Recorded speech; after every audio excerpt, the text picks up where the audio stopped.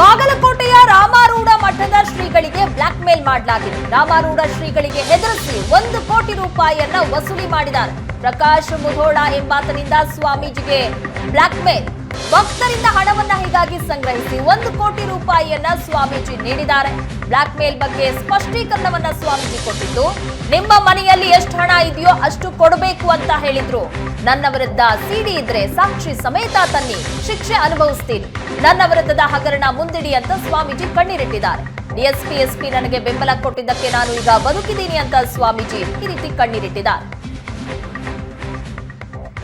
ಇತ್ತೀಚಿನ ದಿನಗಳಲ್ಲಿ ಬ್ಲ್ಯಾಕ್ ಮೇಲ್ ಪ್ರಕರಣಗಳು ಹೆಚ್ಚುತ್ತಿರುವ ಮಧ್ಯೆ ಬಾಗಲಕೋಟೆ ಜಿಲ್ಲೆಯ ಗದ್ರಿಕೆರೆ ಬಳಿ ಇರತಕ್ಕಂಥ ರಾಮಾರೂಢ ಮಠದ ಪರಮ ರಾಮಾರೂಢ ಶ್ರೀಗಳಿಗೆ ಪ್ರಕಾಶ್ ಅನ್ನುವಂಥ ವ್ಯಕ್ತಿ ಬ್ಲ್ಯಾಕ್ ಮೇಲ್ ಮಾಡೋದ್ರ ಮೂಲಕ ಅಂದಾಜು 1 ಕೋಟಿ ರೂಪಾಯಿ ವಂಚನೆಯನ್ನು ಮಾಡಿರುವಂಥ ಪ್ರಕರಣ ಇವತ್ತಿನ ದಿವಸ ಬೆಳಕಿಗೆ ಬಂದಿರುವಂಥದ್ದು. ಮುಖ್ಯವಾಗಿ ಇದು ಆಗಿದ್ದು ಹೇಗೆ? ಇದು ಆಗಿದ್ದು ನನಗೇನು ಗೊತ್ತೇ ಇಲ್ಲ ರೀ. 15ನೇ ತಾರೀಕಿಗೆ ಫೋನ್ ಬಂದುಬಿಡ್ತು.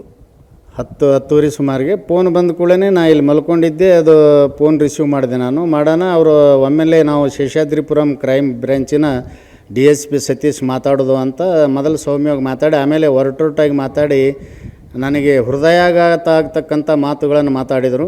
ಭಯಂಕರ ಭಯ ಆಗಿಬಿಡ್ತು, ನನಗೆ ಪ್ರಾಣ ಕಳ್ಕೊಳ್ಳುವಷ್ಟು ಭಯ ಆಗಿಬಿಡ್ತು. ಬಂದಾಗ ಅವ್ರು ಬಂದು ಫೋನ್ ಕೊಟ್ಟರು, ಮಾತಾಡೋಣ.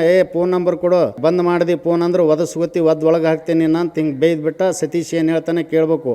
ಅವ ಹೇಳ್ದಂಗೆ ಕೇಳಿಲ್ಲ ಅಂತಂದರೆ ನೀನು ಏನು ಮಾಡಬೇಕು ಎಲ್ಲ ಮಾಡ್ತೀವಿ ಅಂತ ಹಿಂಗೆಲ್ಲ ಬೆದರಿಸ್ಬಿಟ್ರಿ ಅವರು. ನೀ ಯಾರನ್ನಾರ ಇದ್ರೊಳಗೆ ಇನ್ವಾಲ್ವ್ ಮಾಡ್ಕೊಂಡು ಅಂತಂದ್ರೆ ಒಂದೇ ತಾಸು ನಿನ್ನ ಕತೆ ಮುಗಿಸ್ಬಿಡ್ತೀನಿ. ಯಾರನ್ನ ಇದ್ರಾಗ ತರಂಗಿಲ್ಲ ಅಂದ ತಕ್ಷಣ ಅವ ದುಡ್ಡು ಕೇಳಿ ಸರ್ತಿಗೊಮ್ಮೆ ADGP ಅವರೇ 1 ಕೋಟಿ ಕೇಳ್ಯಾರ. ಇನ್ನು ಉಳಿದವ್ರು ನಾವು 4 ಜನ ಅದೀವಿ. ನಾನು DSP, ಇನ್ಸ್ಪೆಕ್ಟರ್, ಕೋರ್ಟ್ ಮೇಡಮ್, ಆಮೇಲೆ ಸರ್ಕಾರಿ ವಕೀಲ, ಇವ್ರಿಗೆ ಕೊಡ್ಬೇಕು. ಆಮೇಲೆ ನೀ ಇದಕ್ಕೆ ಮರು ಮಾತಾಡಿದೆ ಅಂದ್ರೆ ನೋಡು ಅಂದ್ರೆ ನಾ ಯಾರಿಗಾರ ಪೊಲೀಸ್ ಅಧಿಕಾರಿಗಳಿಗೆ ಹೇಳ್ಬೇಕು. ನಾನು ಅದು ಭಯ ಆಗಿ ನನಗೆ ಮಾತು ಹೊರಗೆ ಬರೋಕ್ಕಿಲ್ಲ. 15ನೇ ತಾರೀಕು 1 ಗಂಟೆಗೆ ನಾ ಭಕ್ತರಿಗೆ ಫೋನ್ ಮಾಡಕ್ಕೆ ಹತ್ತಿದ್ದೇನೆ ರೀ. ಫೋನ್ ಮಾಡಕ್ಕೆ ಹತ್ತಿದ ನನಗೆ ರೊಕ್ಕ ಬೇಕು, ಎಷ್ಟು ಬೇಕು ಅಂತ ಕೇಳಿದ್ರು. ನಿಮ್ಮ ಮನೆಯಾಗ ಎಷ್ಟು ಅದಾವ ಅಷ್ಟು ತಂದು ಕೊಡ್ರಿ ಅಂತ. ಯಾವಾಗ ಬರ್ತೀರಿ ಅಂತ ಕೇಳಿದರು. ನಾ ಬರೋದಿಲ್ಲ, ನಾ ಎಲ್ಲಿರ್ತೀನಿ ನೀವು ಅಲ್ಲೇ ಬರಬೇಕು ಅಂತಂದ್ರೆ 61 ಲಕ್ಷ ನಾ ಇದ್ದಲ್ಲಿ ತಂದು ಕೊಟ್ಟಾರ್ರಿ. ನಾ ಏನಾರ ಅಂಥ ಅಪರಾಧ ಮಾಡಿದ್ರೆ ಯಾಕೆ ಕೊಡ್ತಿದ್ರು ಅವರು? ಪ್ರಕಾಶ್ ಅನ್ನುವಂಥ ವ್ಯಕ್ತಿ ಸರ್ ಯಾವಾಗ ನಿಮಗೆ ಪರಿಚಯ ಆಗಿದ್ದ? ಯಾವಾಗಿಂದ ನಿಮಗೆ? ನನಗೆ ಒಟ್ಟ ಪರಿಚಯ ಇಲ್ಲ ರೀ ಸರ್. ನಾ ಸಿದ್ಧಾರೂಢರ ಸಾಕ್ಷಿಯಾಗಿ ಹೇಳ್ತೀನಿ, ನನಗೆ ಒಟ್ಟ ಪರಿಚಯ ಇಲ್ಲ. ಈ ಹಗರಣ ಆಗೋಕ್ಕಿಂತ ಮೊದಲು 3 ದಿನ ಮೊದಲು ಬಂದಿದ್ದೀನಿ ರೀ. ನಾ ಮಲ್ಕೊಂಡಿದ್ದೆ, ಯಾರೂ ಇದ್ದಿದ್ದಿಲ್ಲ ಮಠದಾಗ. ಯಾಕ್ರಿ ಮಲ್ಕೊಂಡ್ರಿ, ಹಿಂಗೆ ಯಾಕಾಗಿರಿ ಅಂತ ಕೇಳ್ದವ. ನನಗೇನು ಗೊತ್ತಿಲ್ಲವ, ಆರಾಮಿಲ್ರಿ ನನಗೆ ಅಂತ ಹೇಳಿದೆ. ತೋರಿಸ್ಕೊಂಡ್ರಿಲ್ಲ, ತೋರಿಸ್ಕೊಂಡು ಸಣ್ಣಗೆ ಮಾತಾಡೋದನ್ರಿ ಅವ. ಎದ್ದು ಹೋಗದ, ನಮಸ್ಕಾರ ಬರ್ತೀನಿ ರೀ ಅಂತ.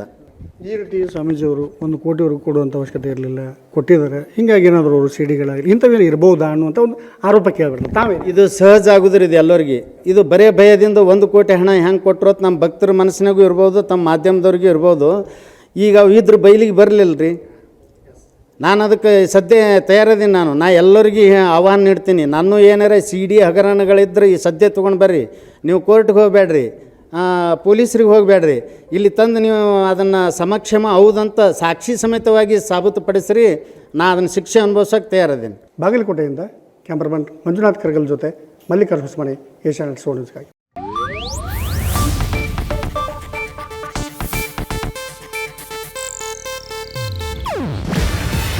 ಇದು ಏಷ್ಯಾನೆಟ್ ನ್ಯೂಸ್ ನೆಟ್ವರ್ಕ್ ಪ್ರಸ್ತುತಿ. ನೀವು ನೋಡ್ತಿದ್ದೀರಾ ಏಷ್ಯಾನೆಟ್ ಸುವರ್ಣ ನ್ಯೂಸ್.